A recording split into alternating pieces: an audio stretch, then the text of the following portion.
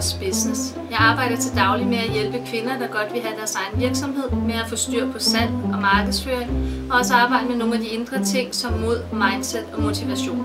Den 19. november der er det Women's Entrepreneurship Day, og der fejrer man i hele verden selvstændige kvinder. Og i den anledning der holder Mors Business også et event, hvor du naturligvis er inviteret. Jeg har 3 andre foredragsholdere, der også kommer og fortæller om deres historie som selvstændige. De har meget forskellige baggrunde. Vi har en high performance kvinde, der kommer. Vi har en, der er en mere spirituel tilgang til livet som selvstændig. Vi har en forfatter, der arbejder meget med sin egen følsomhed. Og så kommer jeg selv, mor til 4, og fortæller om, hvordan jeg får min hverdag til at hænge sammen som selvstændig.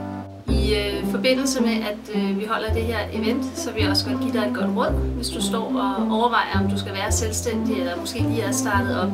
Og noget af det allerbedste, du kan gøre for dig selv og din virksomhed, det er at fokusere på dine kunder.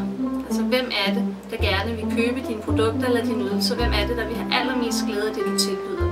For det er sådan, at vi kan alle sammen få en god idé, og de fleste af os kan også godt finde ud af at få sat en hjemmeside op. Det, der er svært, er at finde ud af at sælge det, man har til. Så hvis du starter med at fokusere på dine kunder, og hvad det er, du kan gøre for dem, så kan det ikke gå helt galt.